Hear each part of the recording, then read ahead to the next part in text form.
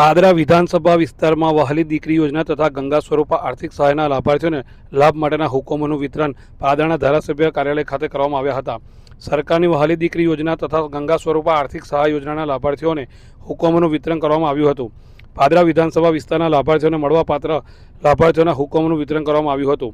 પાદરાના ધારાસભ્ય ચૈતન્યસિંહ ઝાલાના જનસંપર્ક કાર્યાલય ખાતે લાભાર્થીઓના હુકમો વિતરણ કરવામાં આવ્યા હતા.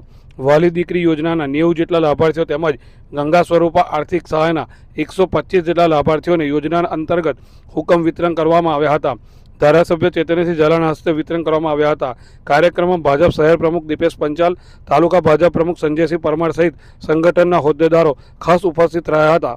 ગુજરાત સરકારશ્રીની યોજનાઓનો લાભ અને કેન્દ્ર સરકારની યોજનાઓનો લાભ એ જન સુધી પહોંચે તે હેતુથી આજરોજ વહાલી દીકરી યોજના અને ગંગા સ્વરૂપા યોજનાના હુકમ વિતરણનો કાર્યક્રમ રાખવામાં આવ્યો હતો, જેમાં 90 જેટલી વહાલી દીકરી યોજનાના લાભાર્થીઓ અને 125 જેટલી ગંગા સ્વરૂપા બહેનોને હુકમ વિતરણનો કાર્યક્રમ આજે કરવામાં આવ્યો છે.